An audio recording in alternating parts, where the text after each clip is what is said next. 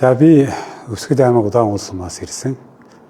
2011 онд Илгэний хавдар гэж онцлогдоод төлөх эмчилгээ, боог эмчилгээг бол одоо бол хийх гэж байгаа. Амин чанар гэдэг уурхыг одоо сонгодоо эмнэлгийн доторын их эмч, байгалмаа эмч одоо надад санал болгосон.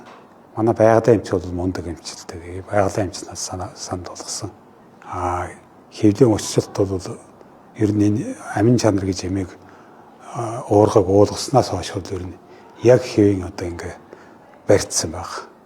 Ингээ энэ амин чанар гэдэг юм бол ер нь би бол сайн юм байна гэж одоо дүгнэсэн.